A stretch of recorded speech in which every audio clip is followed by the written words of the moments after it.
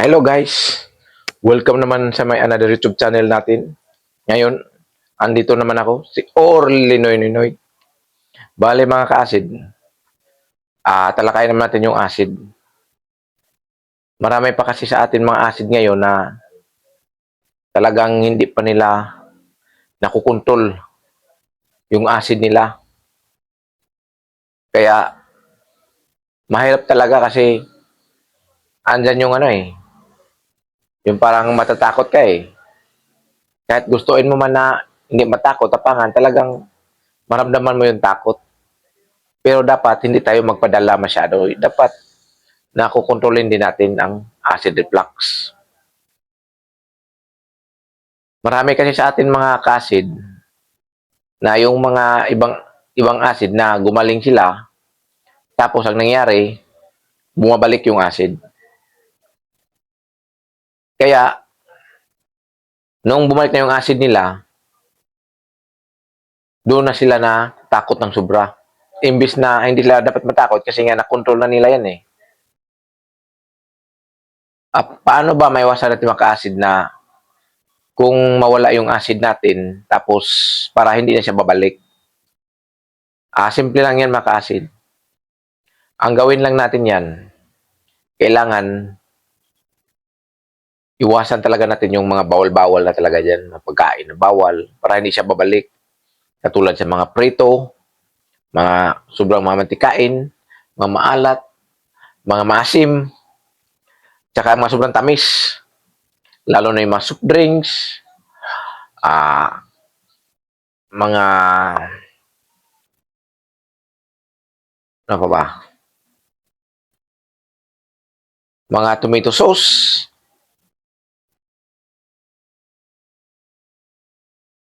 mga uminom ng energy drink, mahilig sa tikyam, tapos yung iwasan natin yung kain tayo ng kain.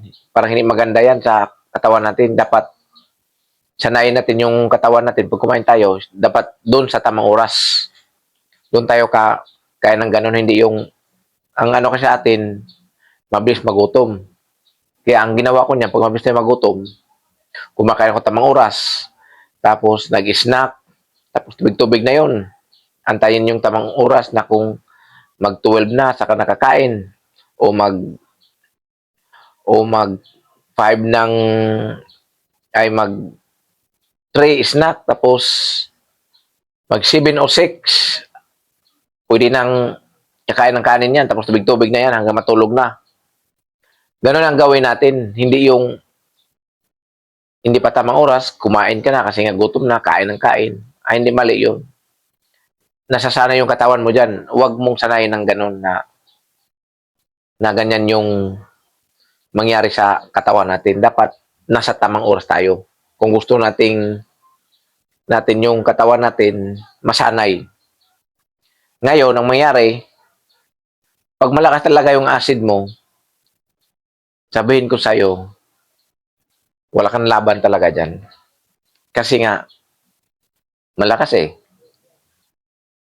Wala kang magawa dyan eh. Kasi atake talaga yan eh. Ang magawa mo talaga dyan, kalma lang eh.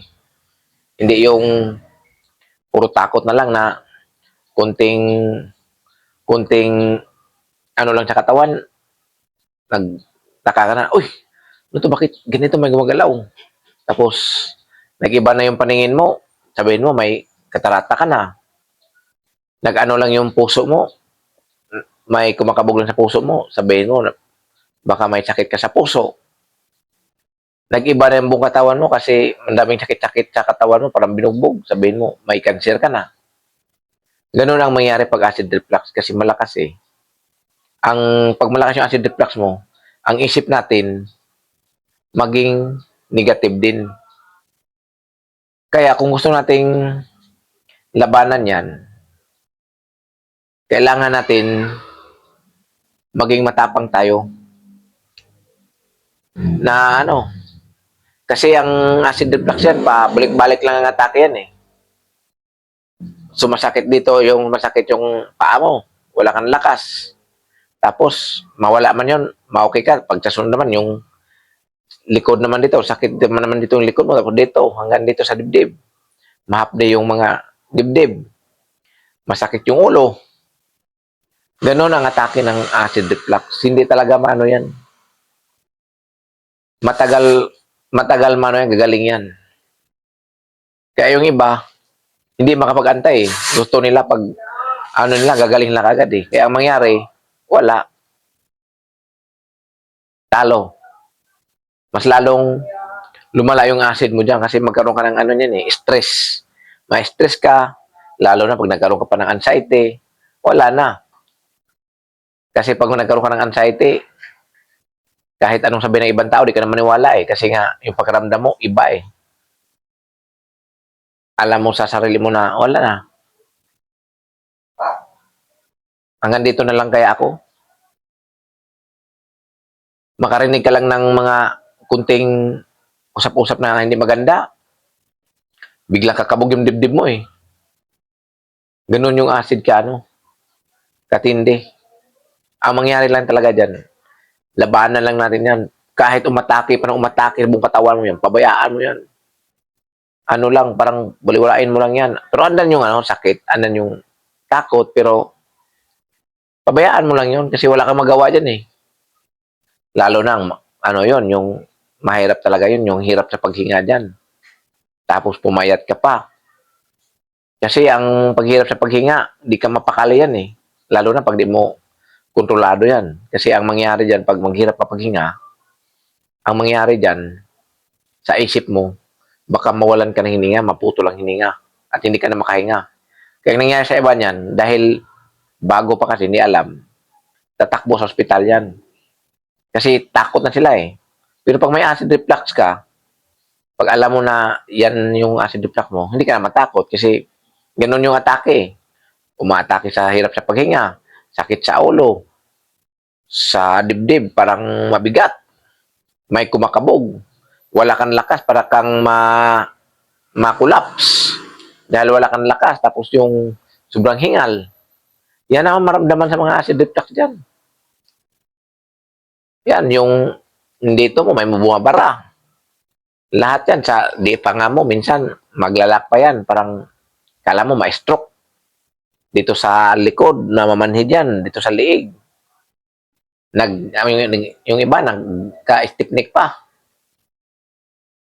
Yung iba, bugbog yung katawan talaga yan na kunting galaw lang, nahihilo, hinihingal. Ganyan naman acid reflux eh. Pag na-relax ka lang dyan, pag example nakatulog ka. Pero pag hindi ka nakatulog, pagising mo, andyan naman yung sakit. Ganun lang yan eh. Pabalik-balik yung araw-araw yan. Kaya wala. Hanggat kaya natin labanan natin yung acid reflux. Huwag tayong matakot. Mawala din yan sa tagalan. Basta matapang ka lang. Ganun lang naman yun. Hanggang dito lang mga ka-acid. Maraming salamat.